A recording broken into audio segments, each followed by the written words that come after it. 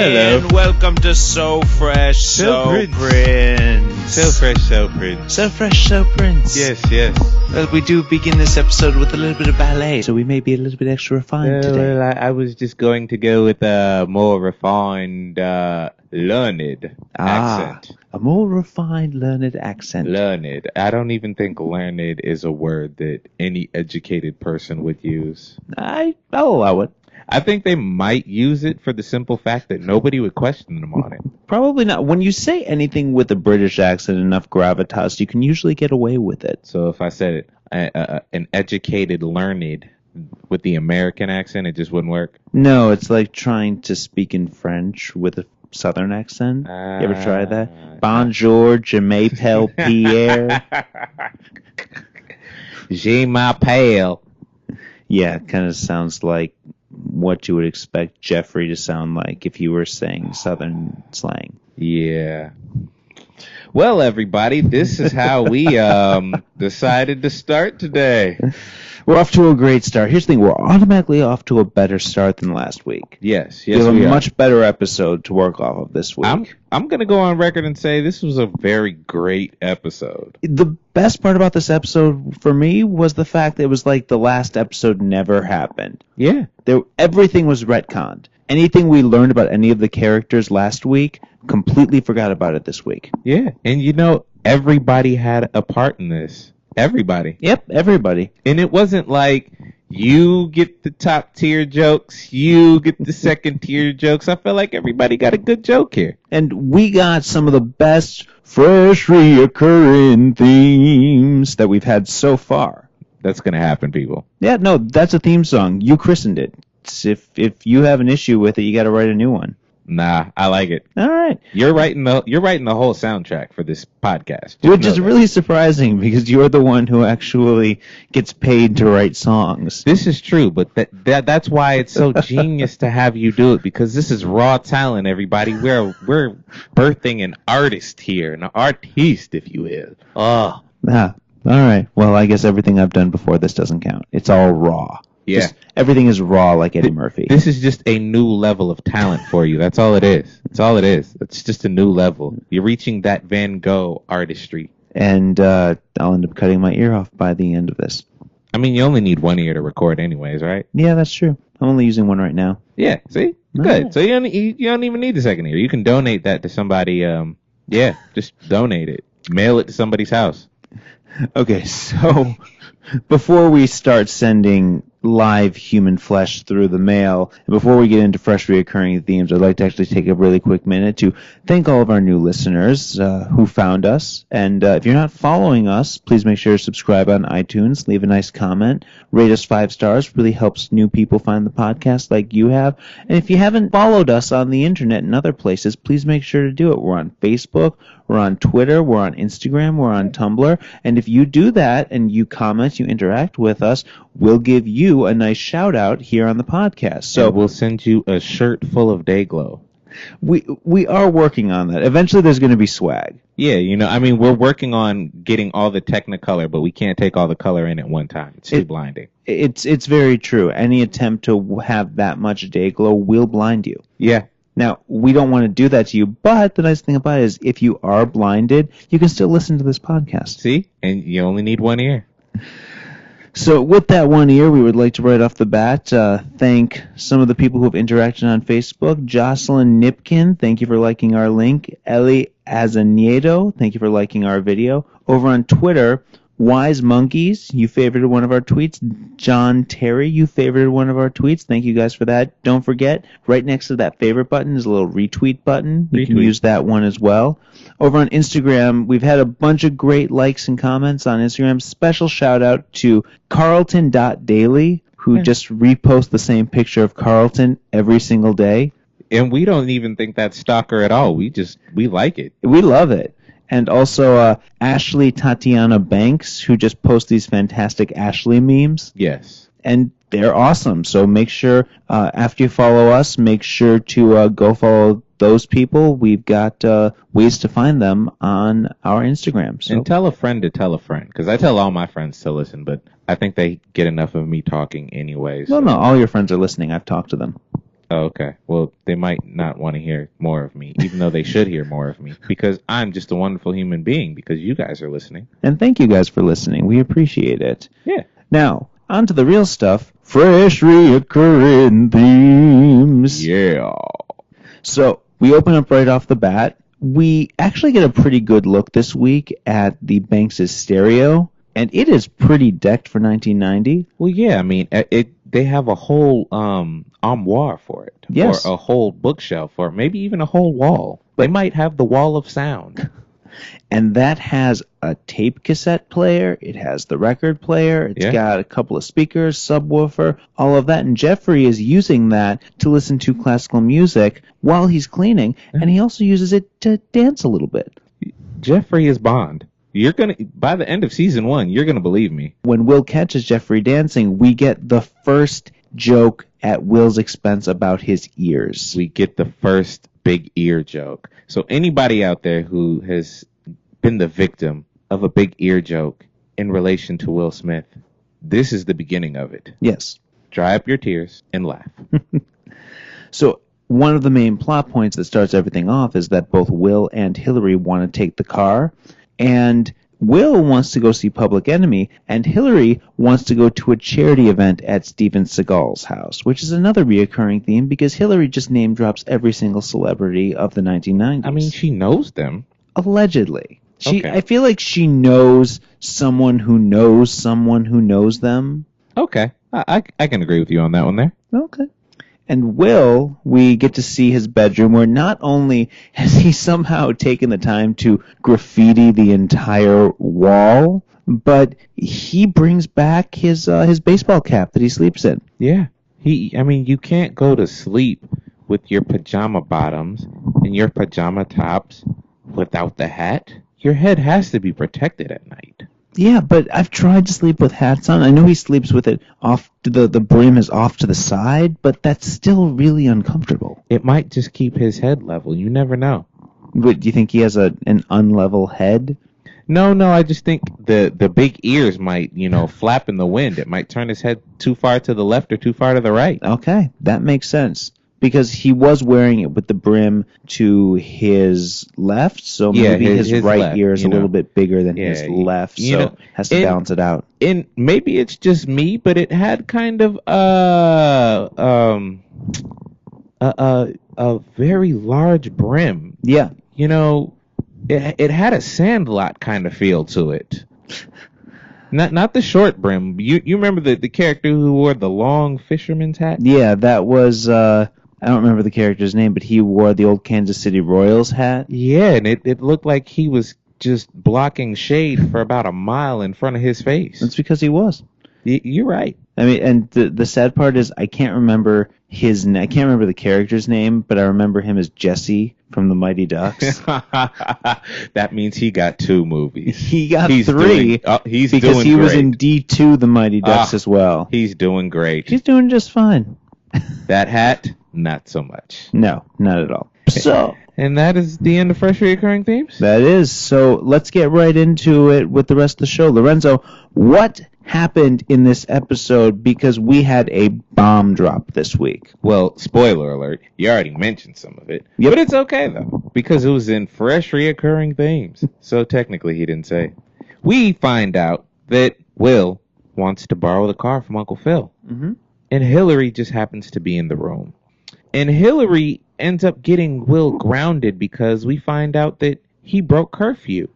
And we find out that Ashley has been doing the dishes for Will. Even though last week she didn't know how to do dishes and she just wanted to take the dishes and put them in We live Jeffrey's in TV room. land, okay? We're not really trying to find consistency here. We're just trying to find a story that the writers can write. Okay. So, Will is grounded for a very long time, a month, all because of Hillary. And Hillary is very proud of her accomplishment. And we go from here to Will wanting to get revenge on Hillary because she got him grounded for a month. Of course, you have to get revenge. Mm-hmm. So, Hillary is now trying to spell out her day for the family. She's saying her friend Tony is going to come over and they're going to work on some studying. Mm-hmm. They're going to go to the library. But we find out that they're actually going shopping. So when they go shopping, Will sees this as a great opportunity to get Hillary back. So he goes down to, of all places, her school, UCLA, and finds out that Hillary dropped out of school 3 months ago. Now, what do you do here? You have the perfect revenge just sitting right in your hands. So Will does what Will does. He willifies the situation. Yes, he does. He blows it up and makes it a great big thing. Now, he finds out that Hillary has dropped out of school 3 months ago. What does he do? He makes a big scene. He does it in front of the whole family. Now, Hillary knows that she is busted. So, only she knows. The family goes off to dinner, and she says, Will, you can't tell anybody. You can't tell mom and dad that I dropped out of college. So he says, okay, since you got me grounded for a month, you will make the easiest month of my life. You will do whatever I tell you to do. And the rest of the episode is Will doing the most nefarious and cruel and ungodly things to Hillary at home. And all of the craziness that goes along with that. And that's pretty much what happens in this episode. It's not just that. There's a lot in between. There's, you know how you got like a sandwich, like an Arby's sandwich? Because we're talking about 90s here. Of course. So you have bread, and then you got a lot of roast beef. And then a lot of condiments and things in between the pieces of bread. There are a lot of layers to this sandwich. Yeah. Like, so you pointed out very rightfully that the reason that Hillary ended up throwing Will under the bus, telling Uncle Phil that he came home at 3 o'clock in the morning on a school night, telling Uncle Phil that he's been paying Ashley to do his dishes for him, telling Uncle Phil that he's been renting the car to Jazz. These are all the things that your siblings will do to you. And Will just stares into the camera and just says, revenge. Yeah, Will's been getting a lot more cheeky with that camera. Yeah, he has a new relationship with the camera now. Very intimate. Yeah, and this is actually when Will is at his best, when they just kind of allow him, as we've been saying this entire time. He does Will. Yeah, and plus the flat top looks a lot better face on because, you know, from the side it looks like a peak. Yeah. Or one of those rock climbing cliffs. So Will decides that he's going to take on a new character to begin this episode. He's going to be Sherlock Homeboy. Really? Yes. Now, will Sherlock Homeboy have a Watson? He should have a Watson. Ashley should have been his Watson, but he did have a giant magnifying glass. I don't know where he got it. This is the Banks household. They have a wall of sound. Of course they're going to have a magnifying glass somewhere. Of course. So Will is just kind of hiding out. That he spends the entire next scene, he's just hiding. Nobody sees him. Yeah. He's not in the best hiding place. He's just kind of behind the couch where people walk. Yeah. So when Hillary tells Aunt Viv, I'm just waiting on my friend Tony, who we have referred to as Vanna White in the past, and we're going to go study together, Will is sitting there listening so that when Aunt Viv walks out of the room and Tony says to Hillary, I thought we were going shopping, Hillary then says, well, we are. But I didn't want my mom to know. I just had to say that. So now we're going to leave and we're going to go shopping. And that's the introduction of Sherlock Homeboy. Yes, indeed. But that wasn't even the scariest part of this whole scene here. What was it? Hillary is going to help somebody study. My theory is that as much of an airhead as Hillary is, she is not stupid from a book standpoint. Well, no, we find out her age in this episode. 21. She's 21, so she's about, 3 years into college now? Allegedly, yes. You know, it might be about 2, 3, because, you know, obviously she dropped out of her first semester of her third year, so she might be 2 years halfway into college. Well, I mean, she might be all the way into her third year, because, you know, normally 18 to 22 is when you're in college, but depending on when she turned 21, I don't really know. You never know. Well, she's at least got a year of college underneath her belt. Yes, indeed. So she might be book smart. We have to hope that she is. Okay, we're just going to speculate that she has no social cues when she's not around celebrities, so she's really book smart. Okay, we're going to go with that. We're going to go with that. All right, we'll take it. We like Karen Parsons. Yes, indeed. So Will, in his Sherlock Homeboy regalia, he says, well, okay, now I know that Hillary's not going to be at her room, so I'm going to go and see if I can investigate things down at UCLA. Well, here's the thing. He got to UCLA because he lost the Volvo somewhere in the hills of Bel Air on his bike. Mm-hmm. Now, the Californians know that Bel Air is a pretty high up place with Very a lot high. of hills. So you non-Californians, it's basically like another city. And you just put a hill on top of that other city, and you have to come down the city to get to the regular city. Well, because here's what I'm assuming. To get a little geography going on, the Banks' house in Bel Air is probably somewhere around the area where Mulholland and Beverly Glen meet each other. Which is basically at the top of the hill. Exactly. So if Will rides his bike straight down Beverly Glen, he's going to land in Century City, probably about 3 miles from the UCLA campus over in Westwood. Would you say that's pretty That's accurate? about right. Okay. That's about right. Now, that explains why, when he got to the campus, he was going downhill the entire way, he hadn't broken a sweat. That makes sense. Yes. And plus he had a lot of baggy clothes and the big ears, so he was like a big sail. It was almost like Dumbo. He was basically flying. Yeah, pretty much. Okay, so when he lands at the dorm, somehow gets in. I'm remembering this is the 90s where Yeah. you didn't need to have a key to get into the dorm room. It was a simpler time. Somehow, Will knows where Tony's dorm room is. Either he knows, or again, being a simpler time, he just went to the front desk and said, "Hey, I'm looking for Tony. Can I have her room number?" And true to form, they just let him have her room number. Of course, because who would try and sneak onto a college campus? Exactly. That doesn't make any sense. I'm going to try and sneak onto a place to learn. Yeah, it was a simpler time. The 90s were about education, people. They really were. And people weren't having a lot of sex with other people because of AIDS. I know, that was really real. Drink it in, people. Yeah. Yeah. Well, my favorite quote about the 90s is, we used to have shows about people going to college. Now, we have shows about people going nowhere. Yeah. Just take that in for a moment. Well.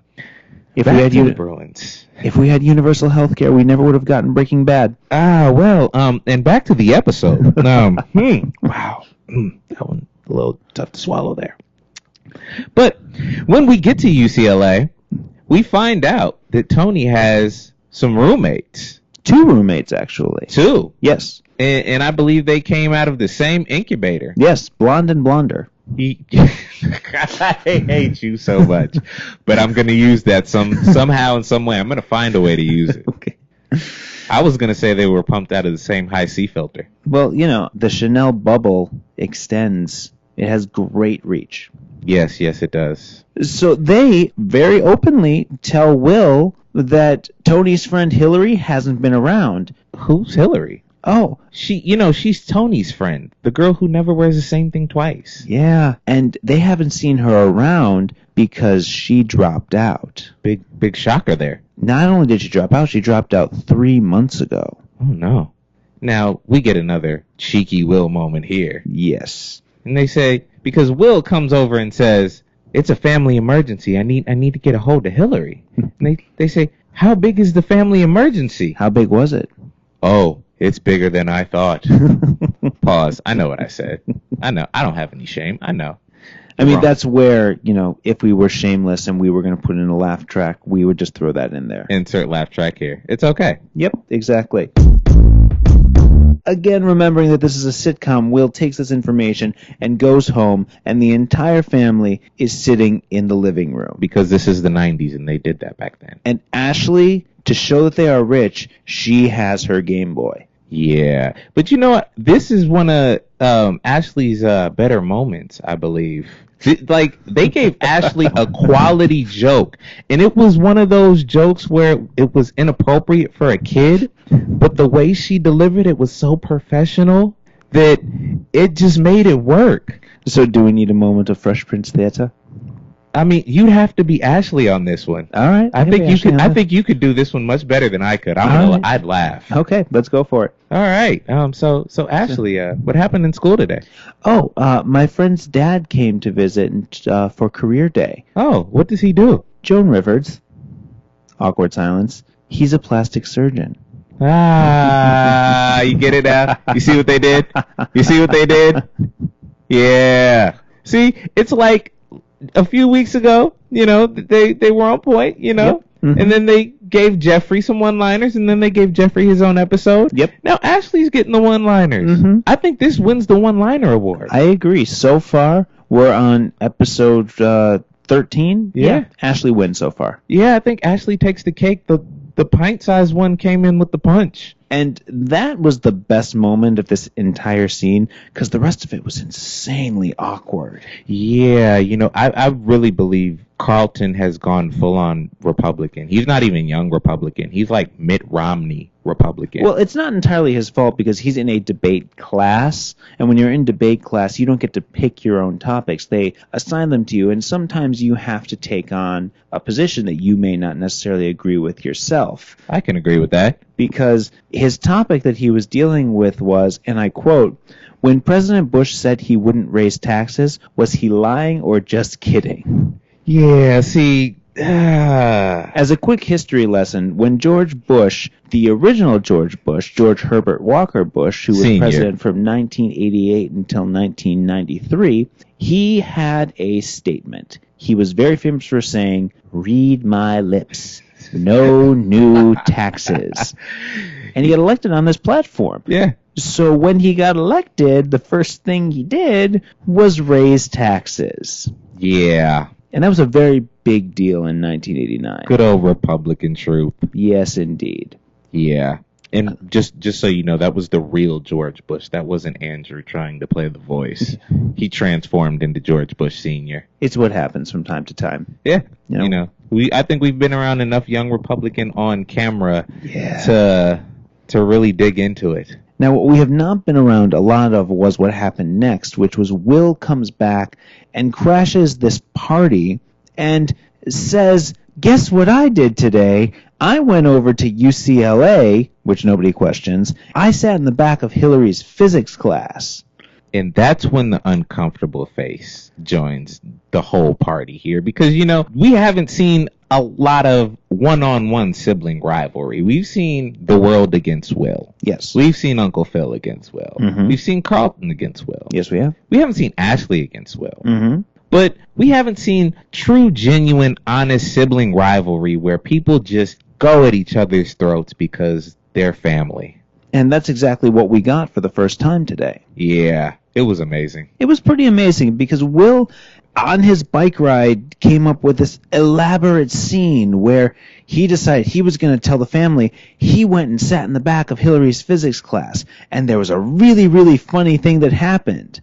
Hey, Hillary, what was that really, really funny thing that happened? Maybe you should tell it, because you tell it better than I do. Yeah, well, I jumped up behind you and said that the first element of physics is quark. Uh-huh.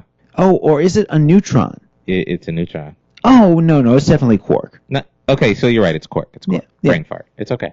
Too much perm. And Uncle Phil has no idea. I don't what's think going anybody on. found it funny. I think it was... I think people thought Will was sick because he made a joke that wasn't funny and or inappropriate. That is completely true. And the look on Uncle Phil's face was one we haven't seen before, because it was the look that he's probably had in the back of his mind the entire time, which was, I was always afraid that Will was insane. Not just like, a little different, a little hood. No, actually clinically insane. And right now, he's proving it, and I want to put my entire family in a hotel for a few days so that we can get some people to put Will in a rubber room. But he was what I like to call geniusly insane, because just so you know, people, I have a somewhat of a mean streak. I know I'm such a nice guy, but I do have somewhat of a mean streak. I try and hide it. But he did one thing that I love to do. He made something up and said it in front of everybody. Mm-hmm. But only one person really got hit. And that one person can't really say they got hit, because that would be giving it all away. Those are the most fun jokes to make. It is such a sick form of pleasure. It is, but it's so great when it works well. My voice just changed there. No, it's legitimate. It's like it does not make you a very good person to do it, but there is something that is just viscerally human and incredibly funny about when you know you're putting a person in an awkward situation. And you watch them squirm. And Karen Parsons' acting in this scene was so true to form. Yes, it was. It really was, because I've made my cousins squirm like that. I've made my friends squirm like that. I've made ex-girlfriends squirm like that. And when everyone leaves the room, that's when she finally gets the payoff and lets it all out on Will. How did you find out? How do you know? How long have you known? Where did you find out? In Will's defense, it really wasn't that difficult, because Hillary nor her Chanel bubble gang, they don't really put too much effort in trying to hide their lies. No, not really. They just figure that their new clothes and frizzy hair is going to save the day. Well, I'd say Hillary is really the only one that has frizzy hair in this scenario. Okay. Expensive hair. Yes, very Yeah, expensive we'll go hair. with expensive hair. Yes. So Will has decided that there is going to be blackmail on the horizon, and that Hillary is basically going to be his slave. Well, not so much slave. Well, I mean, by definition, a slave is someone who has to do whatever the other person says, that is in many ways owned by that other person. Okay, then slave. I mean, there's no other way around it. I mean, Hillary is ready to do whatever it takes to make sure that her parents do not find out that she dropped out of school. Yeah, and I mean, that's a legitimate fear. Oh, yeah. Like I said, I'm a strange individual. When I dropped out of college my third year, Mhm. I just told my parents I wasn't going back. Yes.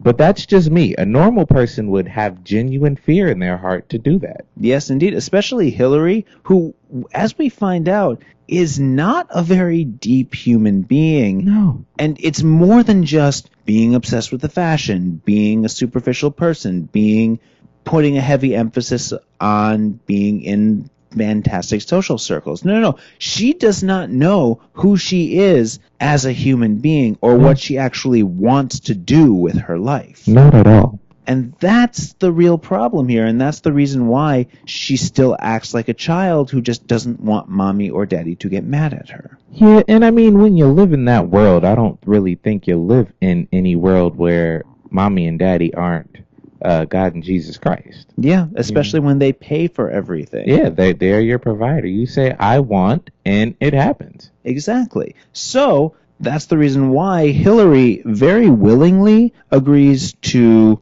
clean up Will's room, Sorry, do his what? laundry. She cleans? I know. It's like we forgot about everything that happened last week. See, people, this is a good life lesson. When you have to learn something, you learn real quick.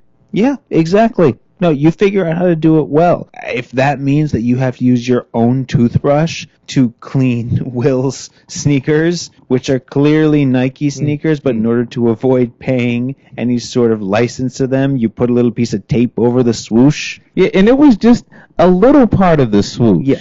Because at first, I thought they might have been just some high top brand that was a knockoff brand, and on second thought I was like, okay, they might have been Converse, because you know how they have the check in between.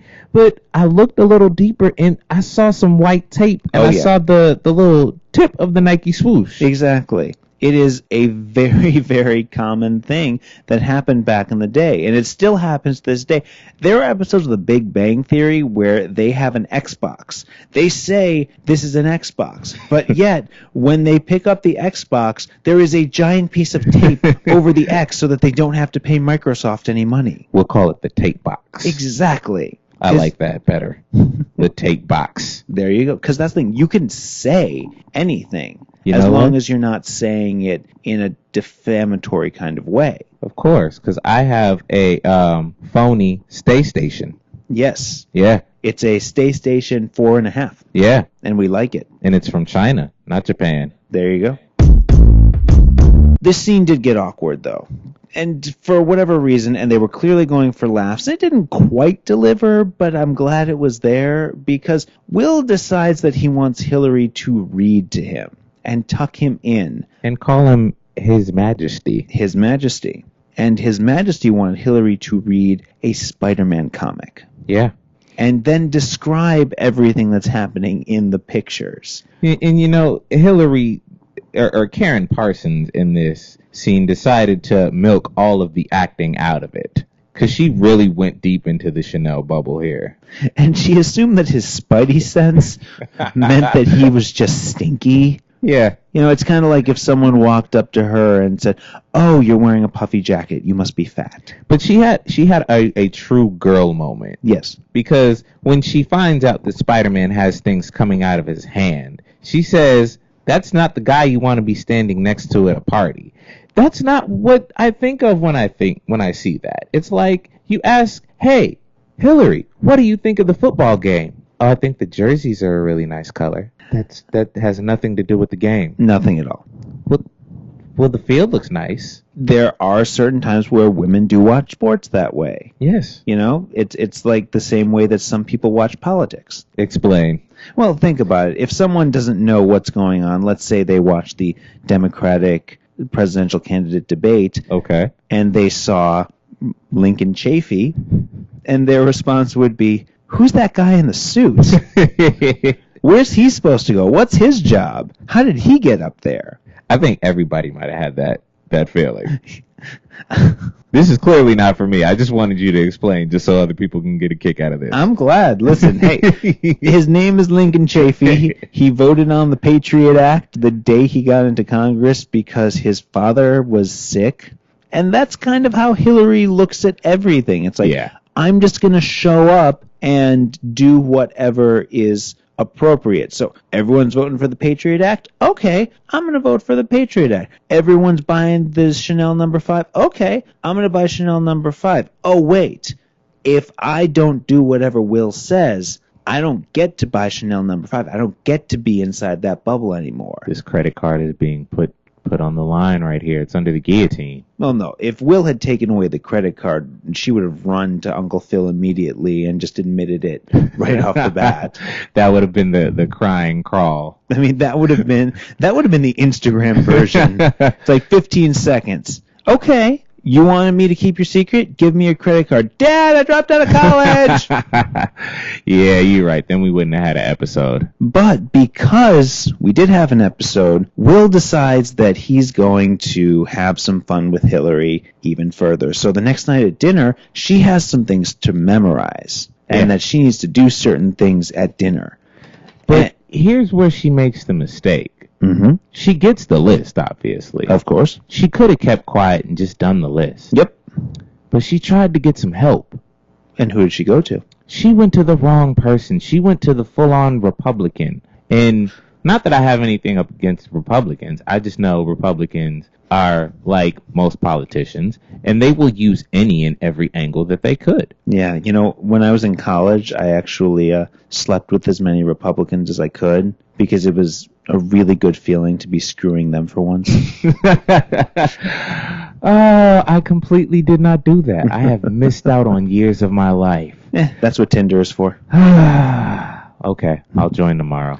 But who could Hillary have really gone to besides Carlton? You've got Ashley, who in this case is going to be Cindy Brady, and just say, "I'm telling." You've got Jeffrey, who is indebted to Philip and Vivian, is going to tell them. And then you have Philip and Vivian. But you also have to remember, Jeffrey is James Bond. Yes. He would have killed Will for Hillary. And then we wouldn't have a show. You're right. She had to go to Carlton. Exactly.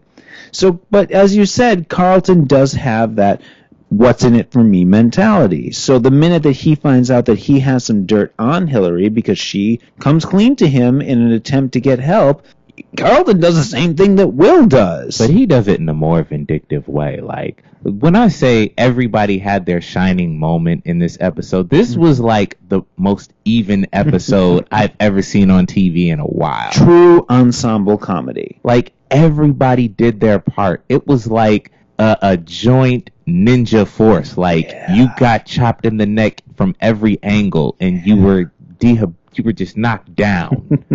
Because when she brings it to him, at first he's very concerned for his sister. Hillary, you dropped out of college. Mom and Dad are gonna kill you. Yes. And then Will's making me do all this stuff for him so I don't tell anybody. Do tell. And this is when the Republican kicks in. This isn't even young Republican. Like, he's graduated right now. Absolutely. And so she said, he's making me do all this stuff. And Carlton walks away, still somewhat caring for his sister. And then it kicks in. Well, is he making you clean his room? No. Will you clean mine? Laugh track. But I mean, as cheesy as it was, it was perfect. Absolutely. It was a perfect moment for Carlton. Yes, it was. And this is why I say sibling rivalry got so real, because this wasn't even acting at this point. No.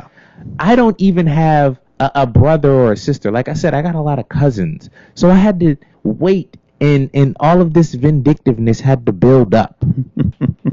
So I had to use it all at once. But they got a chance to use it like in real life. Yes. And so they just applied the real life to the show.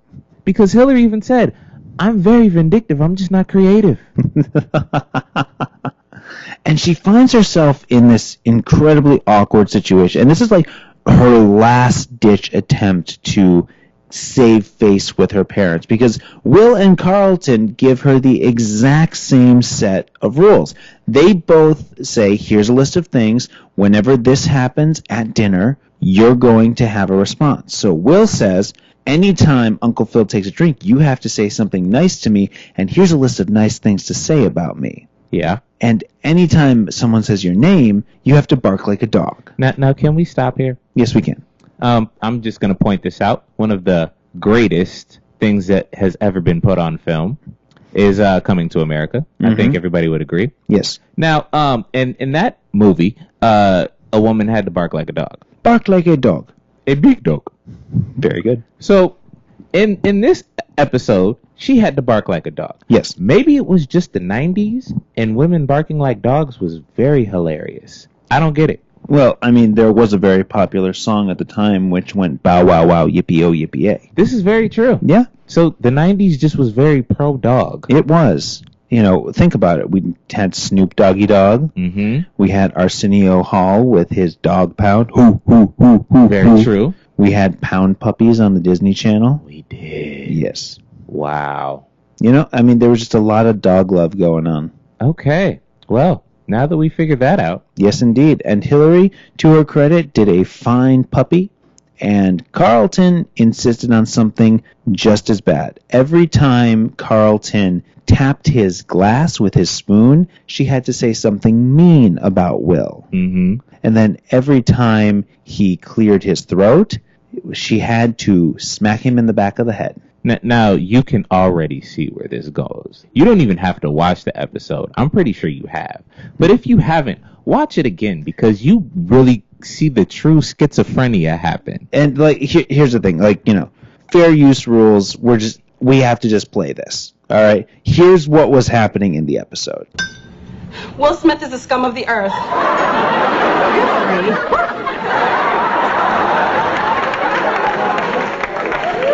However, Will Smith is the pinnacle of manliness.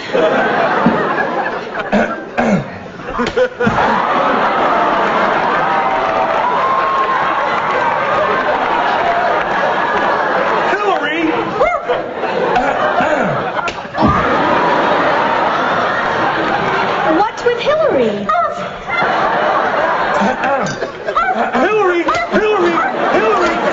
See, we, with Fresh Prince Theater, we could not have made that happen between the two of us. No, it's too much going on. Yes, indeed.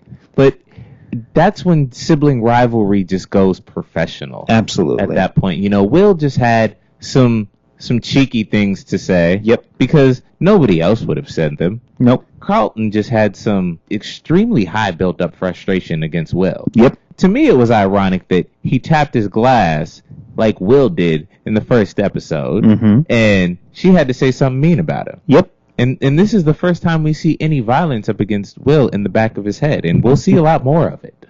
First time from Hillary. We saw some of it last week. Yeah. Fresh reoccurring themes. Yeah. That's going to happen every time. I like it. Right after this, Hillary, she just can't take it anymore. I dropped out of college. And then the beat drops. Yeah.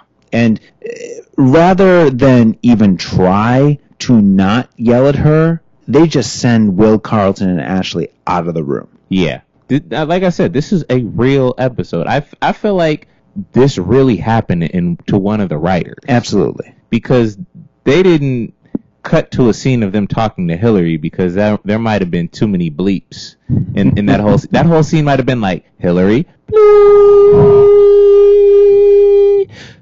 bleep. You see, that's how it would have gone if this were an episode of Blackish. They would have had the bleep. They would have had Anthony Anderson's mouth covered. But they also have Lawrence Fishburne, which gives you credibility. Yeah, that's true. With Lawrence Fishburne, you can get away with pretty much anything. Yeah.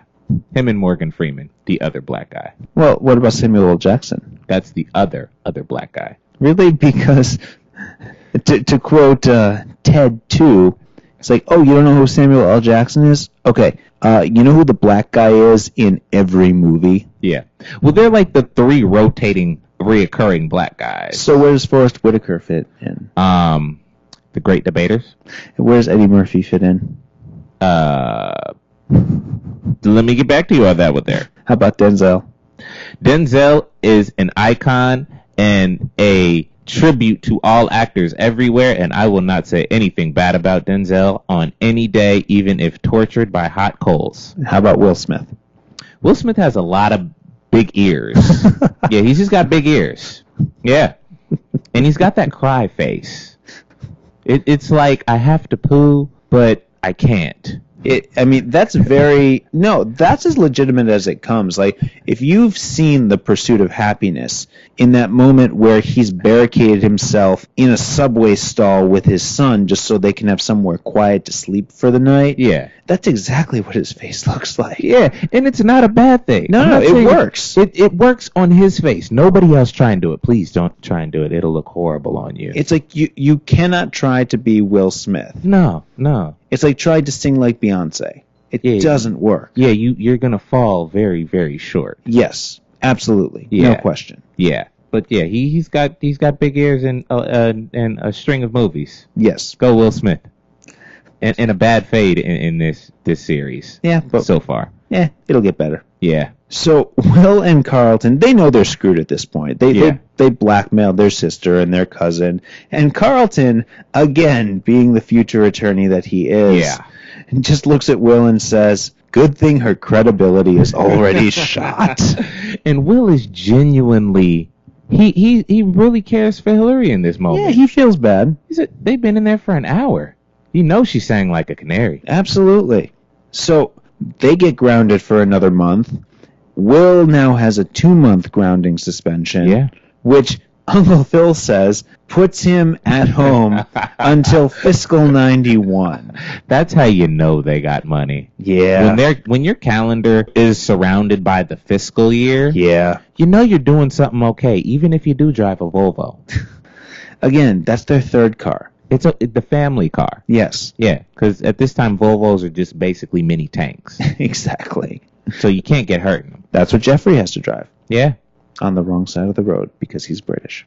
I'm gonna let that one simmer right there because I don't even want to touch that. But we end the entire show. Will and Carlton are dismissed, and we're alone with Hillary, Phil, and Vivian. And Hillary says she's ready to do whatever it takes to make this right. But Uncle Phil and Aunt Viv rightfully point out the problem is that she doesn't know what she has to do to make this right. No. And the whole crux of this episode is that Uncle Phil graduated from Princeton. Yes. Aunt Viv is a professor. Yes. So to have your child drop out of college would be a shame.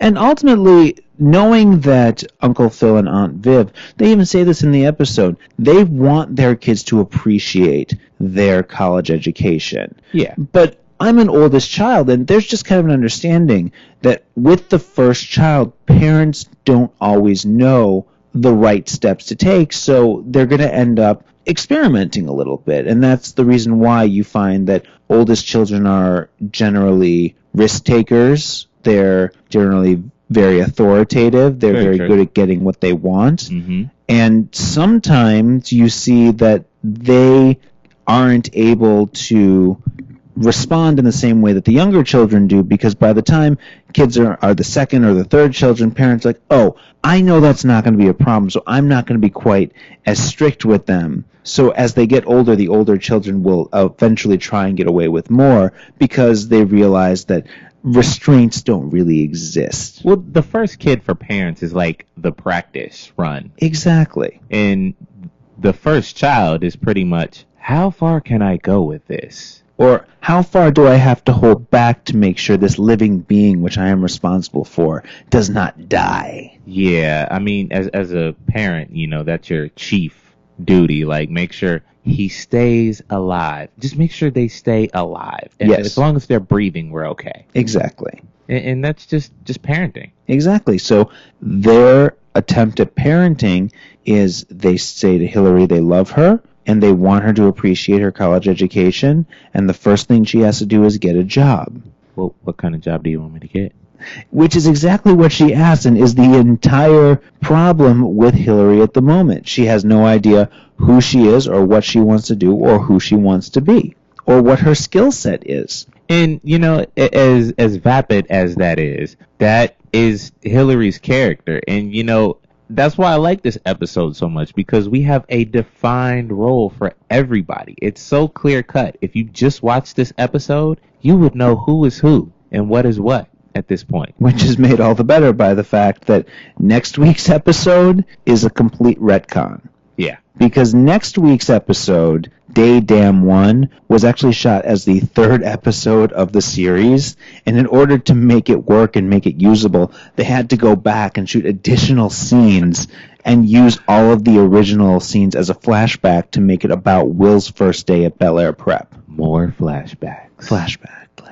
Yeah. We're not really going to flashback like we did the last time. No. We just, I mean, how often do you get to do that? Yeah, we too sometimes throw spaghetti up against a wall and see what sticks. I like flashbacks. We're not going to do it. No, of course not. No. But I like the point you're making, ultimately, is that for the first time, we know who these characters are, and the writers seemed like they figured out how to write for these characters. You make fun of Will's ears. You give Hillary a little bit of depth. You give Carlton that stronger Republican nature. You make Ashley young and innocent. I mean, we've known who Uncle Phil and Aunt Viv are from the beginning. We've known who Jeffrey is from the beginning. Oh, yeah. So then you just kind of have to put that on steroids, which is exactly what they did. Of course. And like you said, you have a brother. Yes. Now, at the end of this whole entire episode, they all kind of reconcile. Hillary's obviously mad. Oh, yeah. Because everybody's grounded, and Absolutely. they're going to have to see each other for the next month to 2 months. Yep. And they come back and they kind of reconcile and say, I wouldn't tell on you, Hillary. I was just doing that to you to, make you squirm. Yep. And of course, Carlton, he's saying, is this hypothetical? I mean, do I? What is the appropriate thing to say here? And he just gets a look because they're family, and you don't treat family like you treat your attorney. And family. Now, in this situation, would you have been more like Will and not told on her, but just kind of torture her a little bit? Or would you have been like Carlton and torture her until you can milk the situation, until you can negotiate your way out of it? Well, I probably would have been more like Carlton, because Carlton would have cracked a lot sooner, and he would have told his dad. He either would have let it slip, or he would have realized that she was ruining her future, and he would have let Uncle Phil know, which is probably what I would have done, because I recognize that in that scenario, she's doing more harm than good, and I'm not helping by having her do any sort of laundry for me. Plus, at that point in my life, my mother was doing my laundry for me, so I didn't need to blackmail my brothers to do it. Okay. So you would have got your money's worth. Oh, yeah, absolutely. Okay. All right. See, I'm the type I just wouldn't have told. I just kind of hold it over your head. I was the keeper of secrets for some reason. Ah, okay. And I'm never going to tell any of my cousin's secrets, because I know there's going to come a day. There's going to come that wonderful, one sweet day. Since we're in the 90s, we might as well go whole Mariah Carey and Boyz II Men duo. Okay. That they're going to come to me, and they're going to try to embarrass me, and I'm going to have that ace in the pocket. And obviously, their brother or their sister is going to try and chime in because siblings Yes. take after siblings. Yes. But I'm going to be this keeper of all secrets, so nobody can get to me. I will be untouchable on that day. I know it was you, Fredo. You broke my heart. I will never tell unless you make me. So what I do need you to tell me is, number one, would you have followed Hillary's lead? Because the ending tag of the episode was that she had a nice big iron burn on Will's lucky draws. Would you have done that to him? You don't mess with anybody's luck. Yeah. That's just some bad juju. Okay. All right. Now, was this a good episode? This was a great episode. Okay. What did we learn in this episode? We learned in this episode that family tortures family. That's just what family does. You know how they say iron sharpens iron? Yes. This is where you get your sharpening at. Yes, indeed. And I always say, if the people who love you can't make fun of you and torture you, then how are you going to be able to survive in this world? Absolutely. You got to learn how to survive in the craziness in the war zone of home before you go out into the real world. Yes, indeed. Because if people who love you can't try and tear you down, then how are you going to be prepared for the people who don't love you to try and tear you down? It's true. That's right. This was the roast. Yeah. This was the calm before the storm. Yeah. And Hillary will continue to use that Chanel bubble to her advantage. Yes, she will. And I mean, it doesn't hurt that, Will got to be Your Majesty. Yes. He got to have his sneakers cleaned. I mean, he got to live out everyone's fantasy, which is to make your brother or sister your slave. Yeah. And the older, that's the best part about it. Yes, indeed. When you can get your older sibling, you've won. And that's the biggest thing. You know that this is a family sitcom because the first thing that he would have done in real life is, okay, here's a list. Go buy me these things. Will, this is all alcohol. I know. Well, we know that he already has the alcohol connection through Jazz. Yes, he does. The underworld. Yes. Because of that, it's just going to come with a little bit of chicken bone residue. Yeah. Because we know Jazz is a fan of the chicken. Yes, he is. Yeah. And it's like we can just subtly hint at the chicken joke. Yeah. I mean, hey, they had ribs. Yes. They ordered ribs. And we can subtly hint at the rib stereotype. Yeah. And they did it so masterfully because you weren't offended. You laughed at the joke. Yep. Yes, you did. I'm pretty sure Benny, he took away some jokes. He took away some jokes, but he kept the good ones in there. Exactly. Sir West Philly homeboy consultant. Sir Boom's good job. Yes. Well played. So, anything else we need to add in this episode? No, I think they got this episode really right. And it's funny because when I started watching it, it brought back so many good memories. Yeah. It really did. Not even from watching the show, because it was a great memory to watch the show again. But I started reliving all of my great victories against my little cousins. Yes. And if you want to relive any great victories with your cousins and you have any memories you want to share, send them to us. You can email them to us, sofreshsoprince@gmail.com. Send us a Facebook message. Like our page, facebook.com/sofreshsoprince. You can tweet them at us, twitter.com/sofreshsoprince. If you want to take a picture on your phone of a bunch of text that you wrote out and put that on your Instagram and tag us in it at sofreshsoprince, that works as well. I like it. Or we're on Tumblr. Or we could just throw this out there. What would Hillary have done for you if you had this information? That's going to be our hashtag of the week. Hashtag what Hillary did for me. PG-13, people. Please. PG-13. Please. We'll only retweet PG-13. But please send it to us. Let us know. And again, thank you guys so much for being here. If you found us on iTunes or Stitcher, please make sure to rate us 5 stars. Leave a nice comment. Really helps out the show and helps other people enjoy it the way that you get to enjoy this show week after week after week. Yeah, and I'll keep telling my friends to listen. Friends, please listen. I know I talk a lot, but some of you listen. Yes, and I thank you for that. But more of you listen, and tell a friend to tell a friend. And shout out to all of our listeners in Canada, because I was looking at the stats today. We had a bunch of people listening in Canada this week. Were they oot in the boot? Well, they just stopped listening. I'm sorry. Come back, please. I'm trying to go there. I'm doing everything I can. We are lovers of our neighbors to the north. Yes. And everything you stand for, be it Mounties, poutine, maple syrup, or hockey.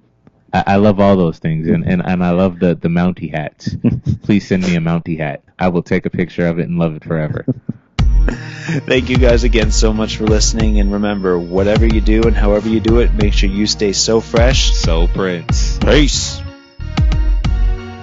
So Fresh, So Prince is a Bitten from the Apple production, produced by Andrew Apple and Lorenzo Gordon. Music by Griffey Majors.